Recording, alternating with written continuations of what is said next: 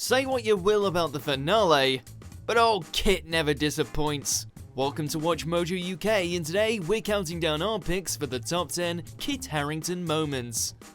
Before we begin, we publish new content every day, so be sure to subscribe to our channel and ring the bell to get notified about our latest videos.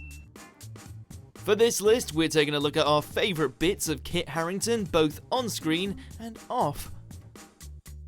Number 10, winking and blinking for spoilers. The Tonight Show starring Jimmy Fallon. Give it good, ready, give it a wink, like, hey, how you doing? That's a wink, right? Is that a wink? Because I tried again.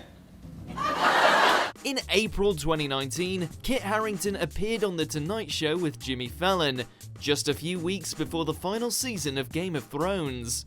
However, talking about it wasn't all they did.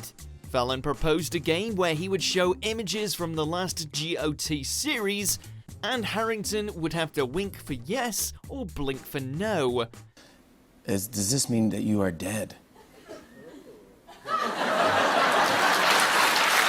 The results were amusing, but not helpful to eager beavers wanting to be spoiled. Look at this, flames everywhere, destruction. Does this mean everyone dies?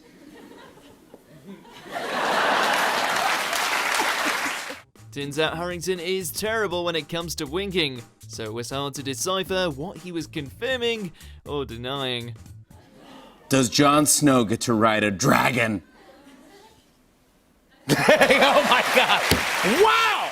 Number 9, Colbert tries to guess how Game of Thrones ends. The Late Show with Stephen Colbert. I'll say these, and you try to convey no information as I make my guesses. Gotcha. Okay? Fallon wasn't the only talk show host who tried pressing Harington for answers.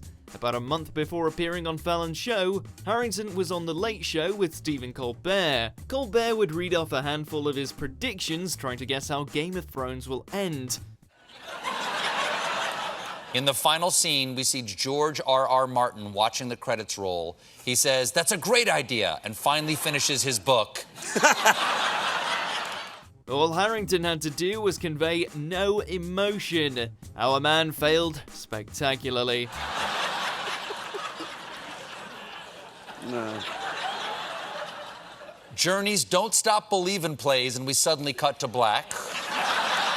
Colbert's predictions were often absurd, as one would expect from him, and Harington's reactions to them were absolutely priceless. Jon Snow has a son and names him Tony. House Stark. Tony Stark. He's Iron Man. It's the ultimate crossover. You got it. You got it. Number 8, Tennis Supremacy, 7 Days in Hell. That was the Queen. What did she want?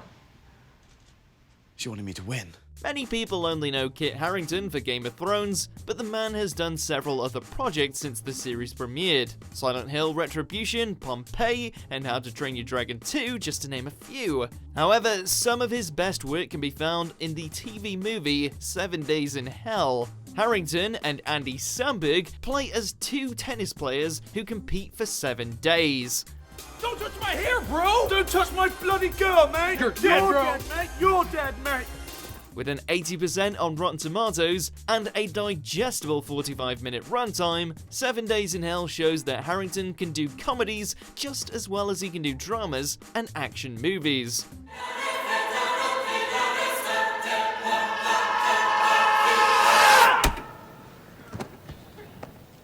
Number 7, when he spoiled Game of Thrones for his wife. The Late Show with Stephen Colbert. Fantastic. If you were married to someone who played a character in your favorite TV show, would you want them to spoil everything?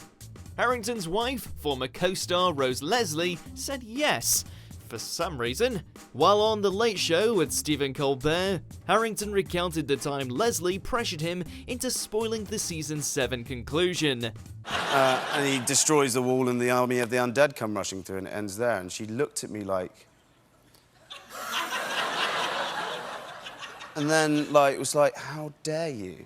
That's what you asked, and then she didn't talk to me for, like, 2 days or something. Spoiler alert, she was not a happy camper. According to Harington, she wouldn't stop asking him. Maybe this is why she started throwing her husband out of the house every time he got the script in. Obviously, the new episodes for the final season were coming through onto his iPad, and I mean, I can read his facial expressions. Yeah. I don't want to know anything that's going on, like, within his eyes or anything like that, so I send him packing. Number 6, his SNL monologue with his wife. Saturday Night Live. Now, I've just shaved my beard, so this is more of a kind of prepubescent Jon Snow. This is Jon Snow if he suddenly played for the Yankees. It may have taken 8 years, but Kit Harington finally got to host Saturday Night Live, and it was one of the funniest episodes in recent years. I was also in a movie called Silent Hill, Revelation 3D. Anyone a fan?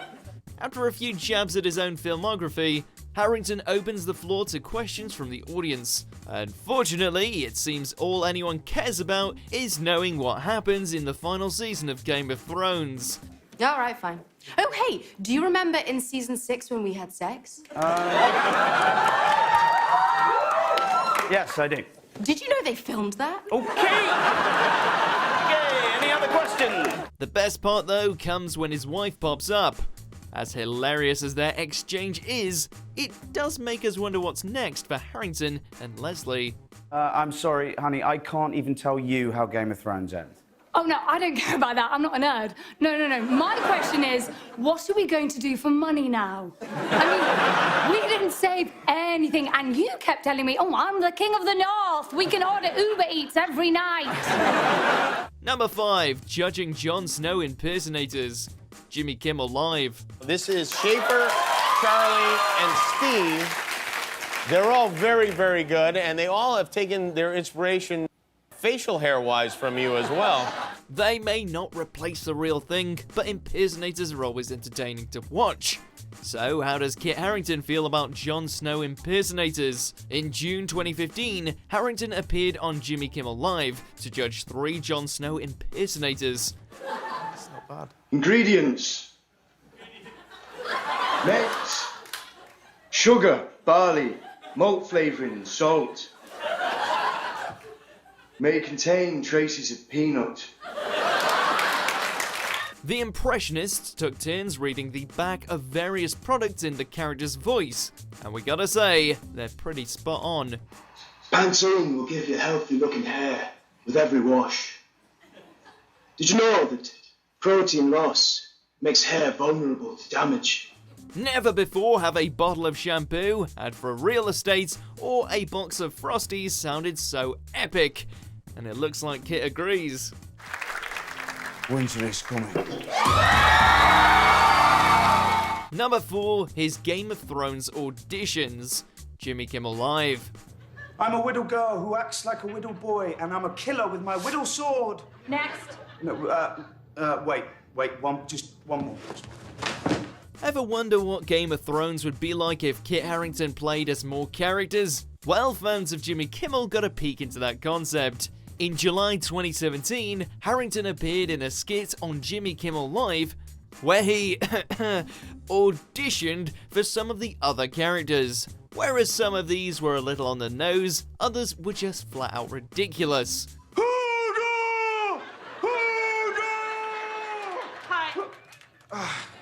He even tries to audition for his wife's role as Ygritte. You know nothing, Jon Snow. Seeing this just makes us want a new Game of Thrones where everyone looks and talks like Jon Snow. White Walker? Number 3, trying and failing to be good at dinner parties. Late Night with Seth Meyers. New York is gorgeous in the spring. Spring is officially sprung. Winter is coming. Who's your new friend again, Seth? Sometimes inviting celebrities to dinner parties isn't such a hot idea. Take it from Seth Meyers. In a 2015 episode of Late Night with Seth Meyers, Meyers brings Harington to a friend's dinner party, but he comes as Jon Snow. You won't be laughing when the White Walkers rip you limb from limb, and packs of pale spiders as big as hounds feast on your remains. As Myers and his pals socialise, Jon frequently interrupts to bring the entire mood down. From talking about his tragic backstory to retelling key moments of Game of Thrones, Jon Snow, knows how to entertain a crowd even when he's failing at it. Tell me about Egret. She shot me with 3 arrows in the chest and then a child murdered her in cold blood. Was it the child murder stuff? Yes. Any chance we could get a dinner party like this? Number 2, when he pranked his fiancée. The Jonathan Ross Show. This is a video that every Harington and Leslie fan will never forget. When he appeared on the Jonathan Ross Show, Harington shared how he pulled off one of the most hilariously terrifying pranks ever on his own wife. For April Fool's Day, Harington placed a replica of his severed head in the fridge. So when Leslie went to open it,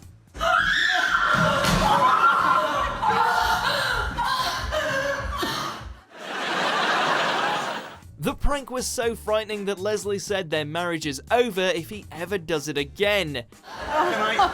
Can I just point out how she saves the Brita filter before doing it? At least she'd get back at him when his next prank backfired. He tricked her into thinking Brexit was forcing her favourite almond milk company to go under, and she ended up bulk ordering. Hope it was worth the 150 quid, Kit. I'm aware this is the most first world April Fools before I tell this story, but she, I didn't know what to do. She has a favourite almond milk. She won't drink any other almond milk. So I just wrote an article about how this company that makes her favourite almond milk was going under because of Brexit. Number 1, Battle of the Bastards, Game of Thrones.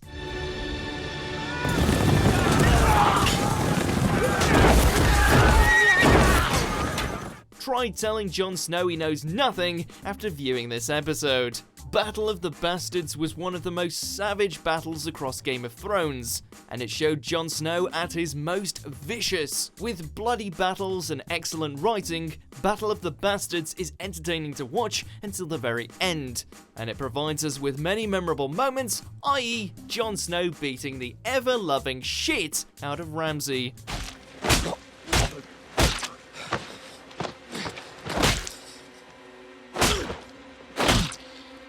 Harington's performance is top-notch throughout, and it's part of the reason why Battle of the Bastards remains to be his standout moment in the series.